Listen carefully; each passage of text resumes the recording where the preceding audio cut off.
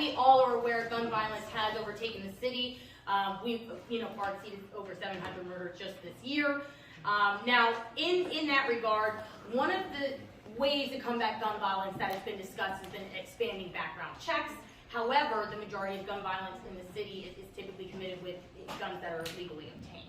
Okay, so with that being said, how exactly is expanding background checks going to decrease gun violence when this violence is being committed using guns that, they're not on the market, ghost guns, for instance? So how exactly do you really plan to help at the state level decrease gun violence, with expanded background checks or any other measures that you feel may be a better target for those guns that are legally on the market? So you had mentioned earlier about me having taught. I taught at Temple University for 4 years before I was unceremoniously uninvited because I helped unionize 1,500 adjunct professors. So I wear that as a badge of honor. But while I was there, I told my students to dig down, go past the headlines, do research. And don't just base it on conjecture or how you feel, but do the due diligence. One of the things I really pride myself on as a legislator is I'm a nerd. So all those boring reports that a lot of people just kind of throw away and put on their desk, I actually read them. And there's a lot of good stuff in there by people who spend their whole lives focusing on one thing. And two gentlemen came up to me recently and said, we've done all of this research, comprehensive research on all the data available to show there's a direct link between gun dealers in the suburbs and increased death in black and brown communities in Philadelphia and other areas. It was a thick, difficult read, because even though I taught at the college level, I am no academic. And there were some things that I did not understand, so I had them speak at my level. So I said, slow down, let a brother understand.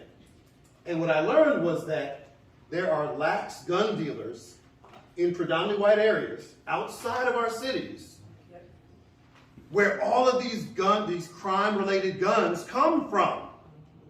And they're winding up in our neighborhoods. So much so that just a few hours ago, one of the people who I paid to work on my campaign was caught up in a shooting, literally hours ago, off of Mount Airy and Rodney.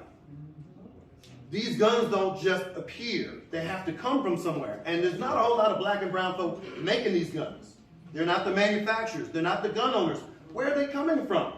And what we see is a direct nexus between these collar counties around metro areas being brought in to our cities. So if we can crack down there, we can actually reduce the level of gun violence. Why? Because there's always been violence.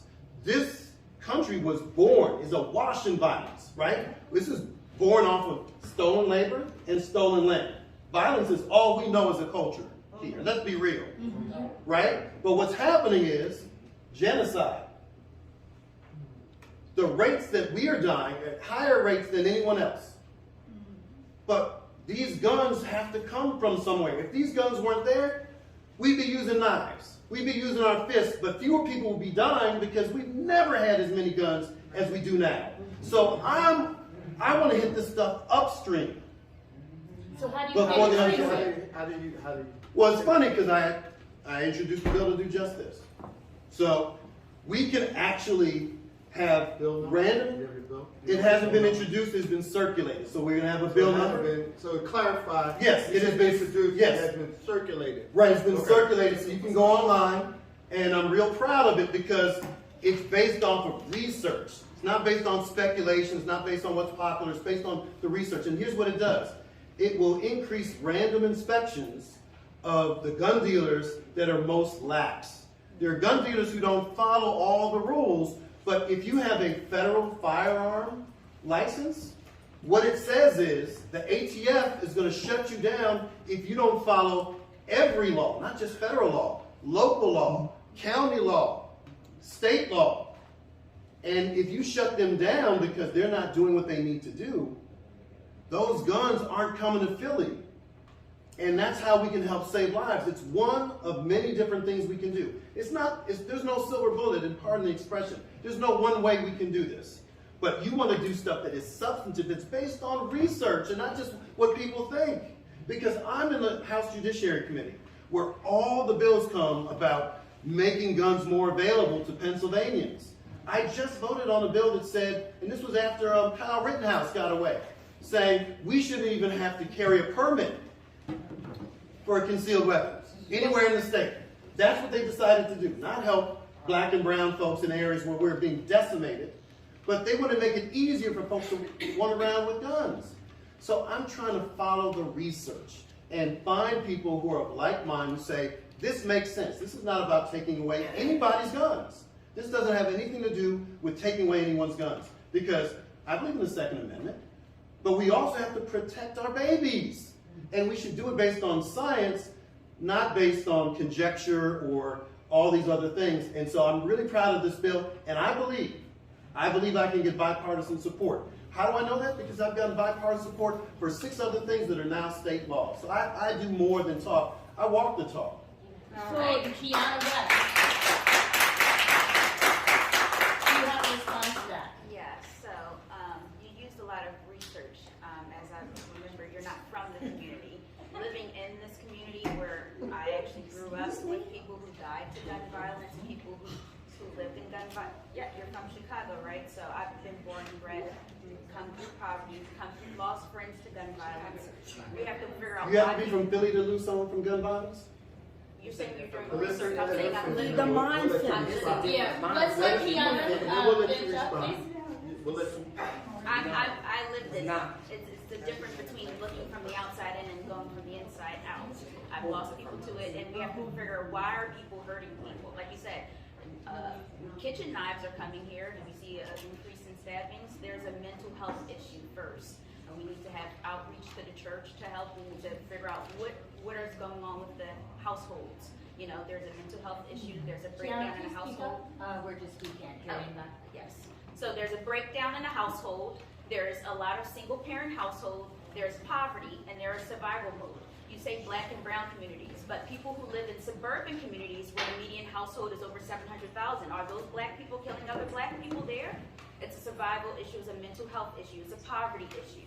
And also it's a gang issue. There's a lot of drugs there. So regular people that are going to school, yes, there is a lot of, mishap and violence where there's innocent bystanders, but most of this is due to drug-related crimes, not to regular gun violence crimes. And on top of that, there's a police shortage. We have an overwhelming police budget and not enough police. Just recently, less than a month ago, there was a legislation that was enacted where police can actually come down from the suburbs to the city to work because there's such a shortage in police. That is unduly hurting, the violent crimes. We're not having enough surveillance there. We're not having enough support from our police, and we're having, talks of defunding the police, where we don't even have enough police here.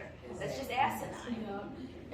So Kiana West, what steps specifically would you take to address the mental health as well as the gang-related issues? Those are the 2 keys that you brought up.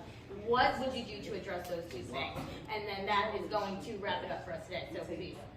So there's a fund in welfare called a Career Link or things like that. There's no fund within welfare where you can talk to a mental health representative. There is no centers where there's mental health advocates within these communities. There's not even schools open in these communities. Who are these children talking to? They're just getting, enacted into these gangs or into these gun violent communities, surviving, trafficking drugs. Churches are leaving. They were forced to shut down during the pandemic as well. They couldn't even help their community people. I think we need to start there with why do people want to hurt people first? Because it's not just, black and brown people kill people. They're not doing that in higher income and higher net worth neighborhoods. That is a myth. Where there are very few police, by the way. Yeah, and that's why, because they have more resources. Exactly. I knew we'd agree on something. And where are these resources here? Education is the second highest budget next to military, weapons, and police. 3rd highest is putting people in cages. And they're privatized prisons who Not on the state level. No privatized prisons whatsoever on the state level. And putting people in cages like who don't actually, you have Krasner here who doesn't put anybody in cages, and you have these criminals running wild. We hate crime and we hate criminals, but we're not going to prosecute any criminals.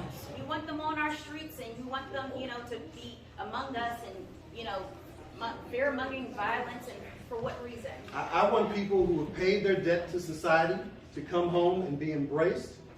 I want those folks But who you're have letting learned. people go with actually violent histories, with gun violent history, with sexual crimes. People are getting sexual crimes for 1 or 2 years, and they're back on our streets harming our children again. I've got to be cared about our children. Representative, anything that you would like to add to that? It'll be the final thoughts. I have had the privilege of representing the bluest dot in the entire Commonwealth, a state that allowed us to get rid of you-know-who. The bluest dot, where 90% of registered voters are Democrats, 2% are Republicans, 8% are unaffiliated. I respect those unaffiliated folks because my biggest battle right now between now and May 17th is other Democrats. Who I thought might be here. We do have to work together. And it should transcend party lines. I am certain we can find more things in common. How do I know that? Because I work with Republicans every day. It's the way I've been able to be so successful, is working with folks who do not share my lived experience and my values. But we find something of common good. I want to do that. But I'm not doing it as a Democrat. I'm doing it because I believe in my community, because I chose Mount Airy to raise my children. I chose this neighborhood. I love this neighborhood. I love this district, and I'm honored to represent it. And if I'm fortunate enough to get reelected next Tuesday, ain't nobody gonna outwork me. Nobody. Because I love my job, because it's so much more than a job. It feels like a calling. And I don't care what people say, what they say about me. So that's I'm why you're prepared. saying legislation. I'm prepared. Just a point of clarity, Yes. you will, if you get reelected as the Democrat primary, then you still have to face off your Republican challenger in November. Okay, so That's true. That's true. Let's make You're sure right. that, let's not move, because that seems to be the problem that we have, because you have a Republican challenger, or there's another challenger, that it's automatic, because I won the Democratic primary, I won. And this is where, and I'm not sure, we still have some time? No, we need to. I just want to ask one question of both. It's not automatic. You're right. I just want to It's ask not. one question of both of you. Is it time that we join 22 other states and have an open primary election? Yes. In the- Wow, I got two yeses. I'm a co-sponsor of the bill. I'm a co-sponsor of the bill. On that agreement, we're going to wrap it up. Representative Brown. Thank you so much. told you we did it. We have time to have an open forum at the end for everyone. Thank you very much. I knew it. Favor? Hey. Okay, everyone, next we have